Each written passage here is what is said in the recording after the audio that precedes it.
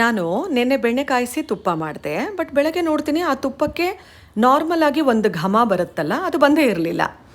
ಆಗ ನನಗೆ ಗೊತ್ತಾಯಿತು ಸ್ವಲ್ಪ ಮುಂಚಿತವಾಗಿ ಒಲೆ ಆಫ್ ಮಾಡಿಬಿಟ್ಟಿದ್ದೆ ಅಂತ.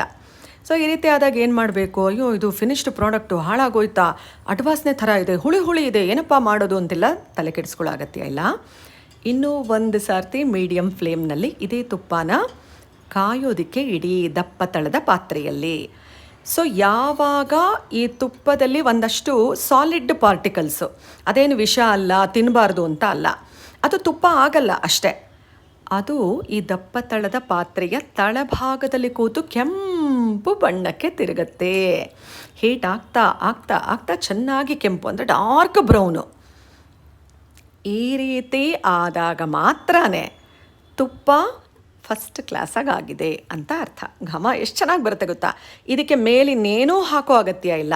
ಅಂದರೆ ತುಪ್ಪ ಒಳ್ಳೆ ಘಮ ಬರಲಿ ಅಂತ ಮೆಣಸು ಹಾಕೋದು, ಮೆಂತ್ಯ ಹಾಕೋದು, ಲವಂಗ ಹಾಕೋದು ತಪ್ಪು ಅಂತ ನಾನು ಹೇಳ್ತಾ ಇಲ್ಲ. ಅದನ್ನು ಹಾಕದೇನೂ ತುಪ್ಪ ತುಂಬ ಚೆನ್ನಾಗಿ ಇರುತ್ತೆ.